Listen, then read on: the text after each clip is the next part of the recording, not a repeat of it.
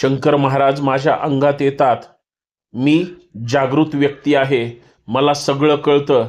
तुझ्या मुलीचे आजार बरे करायचे असतील, तुला जर प्रगती करायची असेल, अजून कुणाला जर यश मिळवायचं असेल तर मी सांगल तसंच करा.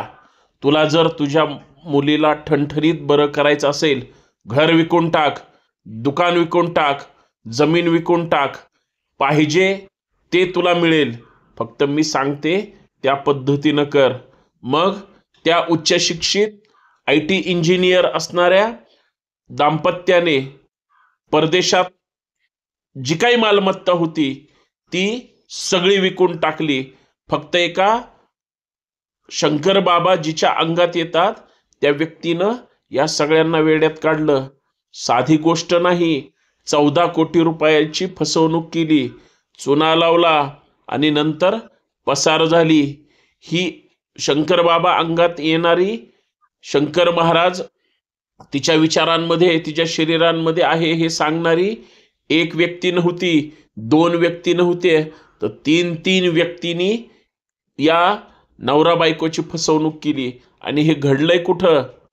पुण्यामध्ये, उच्च शिक्षित कुटुंबामध्ये. वेडा झालायत काय? डोक्यावर परिणाम झाला काय?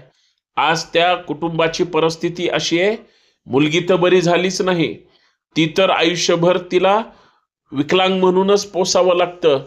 परंतु तिचे जे आजार आहेत त्याच्यातून बरी होण्यासाठी शिकलेले सुद्धा मूर्खात निघाले, काढलं गेलं. भोबडी आशा, भोबडी श्रद्धा या सगळ्या पोटी पंढरपूरकर नावाच्या एका महिलेनं फसवलं. जी वेदिका आहे, वेदिका पंढरपूरकर नावाच्या महिलेनी ज्या दाम्पत्याला फसवलं, जी फसवणूक केली, या संपूर्ण प्रकारावर प्रकाश टाकण्यासाठी मित्रांनो आपण चर्चा करूया. सर्वांना नमस्कार, जय शिवराय. मी संतोष शिंदे, संतोष शिंदे ऑफिशियल या आपल्या हक्काच्या यूट्यूब चॅनलवर आपल्या सर्वांचं मनपूर्वक हार्दिक स्वागत. विनंती एवढीच आहे की हा व्हिडिओ शेवटपर्यंत पहा, जास्तीत जास्त शेअर करा. या प्रकरणाबद्दल तुमचं मत नक्की नोंदवा, कमेंट करायला विसरू नका, व्हिडिओ लाईक सुद्धा करा. आणि हा प्रकार तुमच्या आसपासच्या भोळ्या बाबड्या लोकांची आर्थिक फसवणूक होऊ नये, वैचारिक फसवणूक होऊ नये, शारीरिक फसवणूक होऊ नये म्हणून इतरांना सुद्धा हा व्हिडिओ नक्की पाठवा. उद्या सर आमचं काही बरं वाईट झालं तर आमच्या मुलींना राहायला घर नाहीये, लहानीचं अजून शिक्षण व्हायचंय, ती 12वीत आहे, कुठे राहणार आहे तिला तर कळत नाही.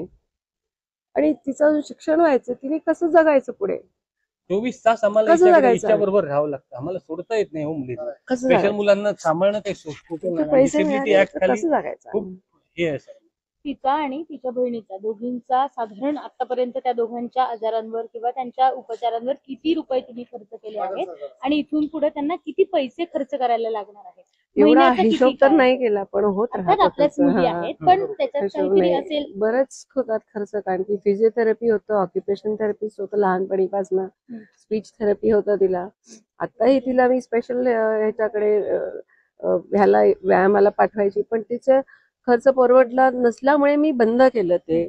त्या मॅडमचा मला काल फोन आला, त्यामुळे तुम्ही पैशाची काळजी करू नका, माझ्या पोरीला, तुमच्या पोरीला मी तसं शिकवेन. असे पण लोक जगात आहे बघा. महिन्याचा किती खर्च येतो? हिशोब मॅडम, पण 50,000 इझिली पैसे अडचण जाणवल्यावर तुम्ही त्यांना पैसे मागितले, काय उत्तर दिली त्यांनी पैसे मागितल्यावर? काही रिस्पॉन्डच टाळाटाळीच नाही, असं म्हणतायत का? काही रिस्पॉन्ड नाही आता त्या करत घरातनं ते. पसार झाले आहे त्याची माहिती आहे. काय केलं? IT इंजिनियर असणाऱ्या कुटुंबाला 14 कोटीला लुबाडणाऱ्या ज्या तिघांनी फसवणूक केली, ज्यांच्या अंगात शंकर महाराज येतात, अशांना पोलिसांनी अटक केली. कारण 14 कोटीची फसवणूक ही साधी नव्हती. आणि याच प्रमुख मुद्द्यावर मित्रांनो चर्चा करूया. पुण्यामध्ये मुलीला असलेले दुर्धर आजार बरे करतो असं सांगून फसवलं गेलं. आणि मग या दाम्पत्यानं स्वतःचं राहतं घर अर्थात फ्लॅट, जमीन विकायला लावली आणि त्यांनी ती विकली सुद्धा. भोंदूबाबाच्या भुलतापांना बळी पडून 14 कोटी रुपयाची संपत्ती विकली गेली. आज त्या लोकांकडं राहायला घर सुद्धा नाही. इतकी वाईट अवस्था आहे. ही कोण आहे? वेदिका पंढरपूरकर नावाच्या महिलेने असे एक संभ्रम निर्माण केला, एक रॅकेट तयार केलंय. ती नाशिकची आहे, नाव पंढरपूरकर आहे. तुम्हाला वाटेल ती पंढरपूरची असेल, असं अजिबात नाही. आणि या सगळ्या प्रकरणाबद्दल कोथरूड पोलीस स्टेशनमध्ये त्या दाम्पत्यानं गुन्हा दाखल केला. खरं तर एका महिलेकडून फसवणूक होते. धर्माच्या नावावर, धार्मिक श्रद्धेच्या, अंधश्रद्धेच्या, कर्मकांडाच्या, थोतांडाच्या या सगळ्या गर्दीमध्ये कधी तुम्हाला फसवणूक केली जाते किंवा वेड्यात काढलं जातं हे अजिबात कळत नाही. आणि याच्यात ही फसवणूक करण्यात आली. शंकर महाराज कुठं आहेत? पुण्यामध्ये सातारा रोडला बालाजीनगर या ठिकाणी शंकर महाराजांचा मठ आहे. आणि ते शंकर महाराज या वेदिका पंढरपूरकर यांच्या अंगामध्ये येतात आणि मग ते बोलायला लागतात. आणि मग त्यांनी सांगितलं की तुम्ही पहिली संपत्ती सगळी विकून टाका.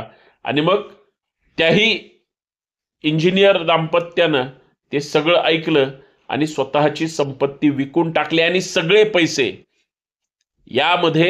पैसे या वेदिका पंढरपूरकर आणि त्यांच्या सहकाऱ्यांना देण्यात आले. आणि ते घेऊन ते पसार झाले. पसार झाल्यानंतर मुलीमध्ये काही त्यांना फरक जाणवला नाही. तोपर्यंत वेळ निघून गेलेली होती आणि जे व्हायचं ते त्या ठिकाणी घडून गेलेलं होतं. ती व्यक्ती आहे IT इंजिनियर म्हणजे दीपक डोळसकर. यांना 2 मुली आहेत. त्याच्यातली एक गतिमंद आहे, तर दुसरी मुलगी सुद्धा गंभीर आजाराने आहे. 2010 मध्ये त्यांच्या उपचारासाठी ते भारतात आले. तसे ते परदेशात होते. आणि मुली बऱ्या व्हाव्यात, मुली धडधाकट व्हाव्यात या प्रमुख उद्देशानं दीपक डोळस यांनी एका मांत्रिकाचा आधार घेतला. दीपक खडके नावाच्या व्यक्तीनं या वेदिका पंढरपूरकर यांची भेट घालून दिली. आणि या पंढरपूरकरच्या अंगामध्ये दैवी शक्ती आहे, शंकर बाबा आहेत आणि ते तुमच्या मुलीचे आजार बरे करू शकतात. गतिमंद मुलगी सुद्धा बरी होईल आणि जिला आजार आहे ती सुद्धा बरे होतील. दीपक डोळस यांच्या मुलींना झालेले आजार बरे करण्यासाठी ते वेदिकाकडं त्या ठिकाणी गेले. वेदिकाने यांना संपत्ती विकायला लावली. संपत्ती दोषामुळे घरात दोष आहेत हे सांगून या दाम्पत्याला लुटलं गेलं, फसवणूक केली गेली आणि 13,20,00,000 रुपये वेदिकाला त्या संपत्तीतून या दाम्पत्यानं पाठवले. तरी सुद्धा मुली बऱ्या झालेल्या नाहीत. एका शिकलेल्या व्यक्तीने असं अढाण चोट्टेपणा करणं खरं तर हा तुमच्या माझ्या बुद्धीला न पटणारा प्रकार आहे. परंतु शंकर बाबाच्या नावाखाली, महाराजांच्या नावाखाली अशी फसवणूक होणं आणि ज्या शंकर महाराजांसाठी आज लोक श्रद्धेचा विषय म्हणून पाहतात त्यांच्याच नावाने फसवणूक होणं हे अत्यंत भयानक आहे. वेदिका आणि इतरांच्या विरोधात ही फसवणूक झाल्यानंतर किंवा मुले बऱ्या झाल्यानंतर झाल्या नसल्यामुळे फसवणुकीची तक्रार दाखल केली. कारण 14 कोटीला चुना लागलेला होता आणि कोथरूड पोलीस स्टेशनमध्ये त्यांनी तो गुन्हा दाखल केला. त्यानंतर कोथरूड पोलिसांनी नाशिकमधून वेदिका पंढरपूरकर, कुणाल पंढरपूरकर आणि दीपक खडके यांना अटक करण्यात आली. वेदिकाची आई आणि भाऊ सध्या फरार आहेत. आरोपी महिला वेदिका पंढरपूरकर हिनं दीपक डोळस याच्याकडून उकळलेल्या पैशातून पुण्यात अलिशान बंगला खरेदी केला आहे. म्हणजे ज्या वेदिका पंढरपूरकरनं दीपक डोळस यांना मूर्खात काढलं, संपत्ती दोष सांगितला, त्याच वेदिका पंढरपूरकरनं स्वतःचा अलिशान बंगला खरेदी केला. याच्यापेक्षा दुसरी गोष्ट नाही. मित्रांनो, हे सगळं भयानक आहे. अशाच प्रत्येक कुटुंबामध्ये, शहरात, तालुक्यात, जिल्ह्यात, प्रत्येक भागामध्ये अशी फसवणूक होत असते. अंगात येणं किंवा ह्या अंधश्रद्धा कर्मकांडाच्या नावाखाली फसवणूक होणं ही अत्यंत वाईट गोष्ट आहे. जागे व्हा आणि स्वतःची काळजी घ्या. फसवून घेऊ नका.